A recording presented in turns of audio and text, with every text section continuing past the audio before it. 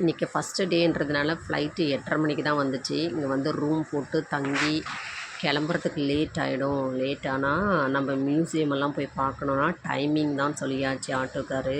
அதனால் நாங்கள் என்ன பண்ணோன்ட்டா, ஒரு 1 மணி 1:30 மணி போல் நீங்கள் சாப்பிட்டு முடிச்சுட்டு நம்ம கிளம்பலாம், அப்போ தான் மியூசியம் எல்லாம் ஓப்பனாக இருக்கும், போய் பார்க்க கரெக்டாக இருக்கும்னு சொன்னாங்க. சரின்னு சொல்லிவிட்டு 1:30 மணி போல் சாப்பிட்டெல்லாம் முடிச்சுட்டு ஃபஸ்ட்டு செல்லுலார் ஜெயில் தான் போனோம்.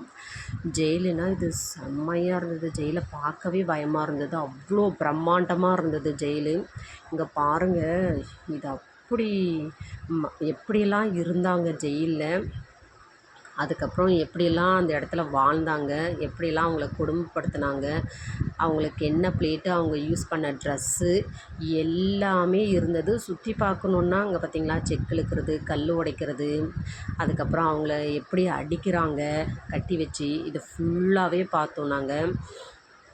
இது எல்லாத்தையும் பார்த்து முடிச்சுட்டு, ஆனால் பார்க்கவே இதெல்லாம் பயமாக இருந்தது. பார்க்க இது பிரிட்டிஷ் அரசு கட்டின ஜெயிலு. அதுக்கப்புறம் பார்த்திங்கன்னா பீச் தான் அழைச்சிட்டு போனார். பீச்சில் பார்த்திங்கன்னா ரைடு நிறைய இருந்தது. ஆனால் ரொம்ப காற்றடிக்குதுன்றதுனால ரைடு ஒன்றுமே இல்லைன்னு சொல்லிட்டாங்க. ரைடுக்காக தான் வந்தோமே இங்கே.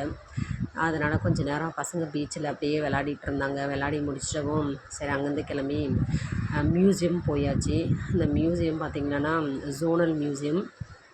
ஜோனல் மியூசியமில் எதுவுமே ஃபோட்டோஸ் வீடியோஸ் எடுக்கக்கூடாது.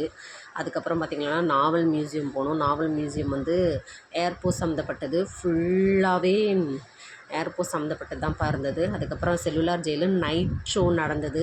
நைட்டு போல் ஷோ நடந்தது. சரின்னு சொல்லிட்டு அதில் போய் பார்த்தோம். எல்லாமே அந்த காலத்தில் எப்படி பிரிட்டிஷ் அரசு இந்த ஜெயிலை கட்டினாங்க, அதுக்கப்புறமா எப்படி கைதிகளை எல்லாம் கொடுமைப்படுத்தினாங்க, அதுலேருந்து எப்படி மீண்டு வந்தாங்கன்றது தான்ப்பா இதில் கான்செப்டே.